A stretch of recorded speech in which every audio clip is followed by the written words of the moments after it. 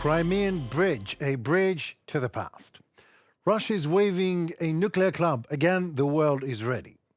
From Russia without love. News from inside the dark land. These topics in more detail by me, Henry Keane, and UATV English, bringing the hard truth in easy terms for the whole free world directly from Ukraine. Ukrainian journalists asked Chief of Ukrainian Intelligence, Kirill Budanov, whether the Crimean bridge could be destroyed in the near future.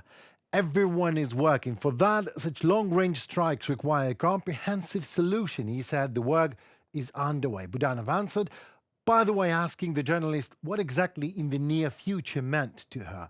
And the journalist explained herself that she meant the next few months or the period until the end of the year. There is a chance, the Ukrainian intelligence chief said. Why is it, after all, so important for us to Ukraine to see the Crimea bridge down and burning? Because it's a symbol. It is a symbol with which Russia says, we can steal your Ukrainian land, build a bridge to it, murder hundreds of thousands of you, and live like nothing ever happened. Like it is our Russian land and your lives just does not matter. Ukrainian defenders have already hit the Crimean bridge several times, as a result of which serious damage was inflicted.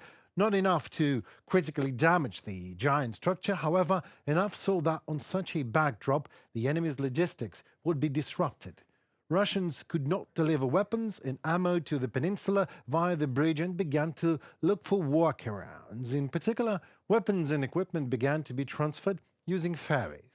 In early April, The Guardian, citing high-ranking sources in Ukrainian intelligence, claimed that the destruction of the Crimean bridge was inevitable, and the Ukrainians had plans to disable the bridge in the first half of 2024. Well, we are working on that, and we clearly understand that Russian counterpart continues to strengthen the bridge's defenses.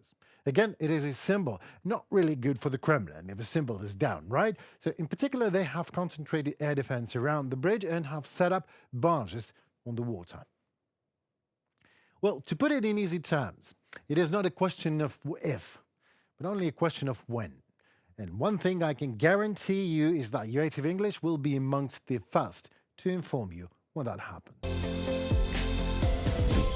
Russia is waving its nuclear club, but Deputy Foreign Minister of the Russian Federation, Comrade Sergei Rybakov, in an interview with the Russia 1 TV channel, admitted that the moment may come when Russia will need to deploy nuclear-armed missiles in response to the actions of Western countries.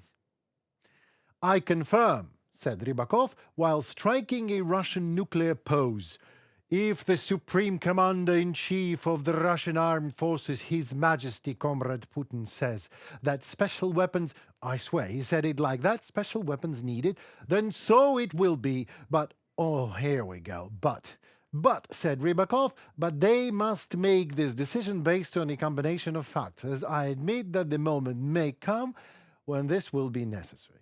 Well, why not now, I wonder, Comrade Rybakov? I mean, Ukraine and the West have crossed all the red lines there are already, and there is only one left to cross, Moscow River. Why not now? What's the face? I am sure that this is the right moment, Comrade Rybakov. You plan to take Kyiv in 3 days, and now almost 3 years have gone by, nothing. But in isolation internationally and turning back to Soviets domestically. So why not now to show the whole world what have you got? I wonder, could that be a reason why not? German Defense Minister Boris Pistorius said Russia had for some time violated and then withdrawn from the Intermediate-Range Nuclear Forces INF Treaty. He stressed the need for real deterrence of Russia. It is about closing the gap on our side, not just threatening anyone, but making it clear that a possible probable attack on NATO territory would have such a high price for Russia that its risks would be impossible to calculate, he said. Wir stellen gleichzeitig sicher, dass wir auch während der Bauarbeiten At the same time, we are ensuring that we are able to fulfill our alliance obligation in an unrestricted and credible manner during the construction work here in Buchel, because the Russian war of aggression and the constant Russian nuclear threatening gestures show just how important a credible nuclear deterrent remains alongside conventional deterrents. And the servicewomen and servicemen of Technical Air Force Wing 33 fulfill this permanent task 24 hours a day, 7 days a week, 365 days a year. Well, what can I say here? I would rather just quote my dear friend British Lieutenant Colonel Glenn Grant, who, after being asked if Russia ever goes nuclear, said it clearly, that would be the last day for Russia.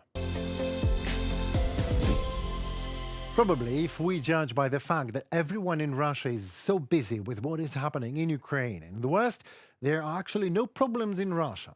Neither political, nor economic, nor social. Well, let's hold our breath for a minute, put on latex gloves so as not to get infected with the virus of Russian greatness, and just look into some Russian news sites.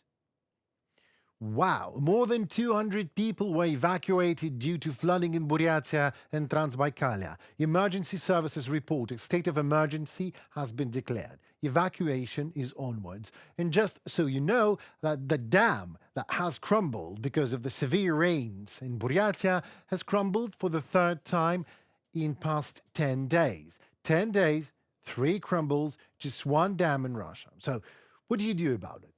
Party like a Russian.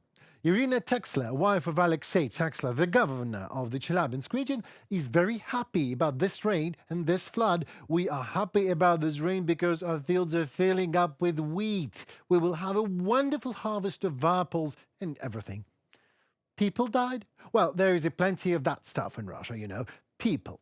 What a big deal. Just take one Russian man, one Russian woman, click, clack, and make some new constituency. What's the problem? So Russia has more important problems, obviously, than the quality of life of Russians.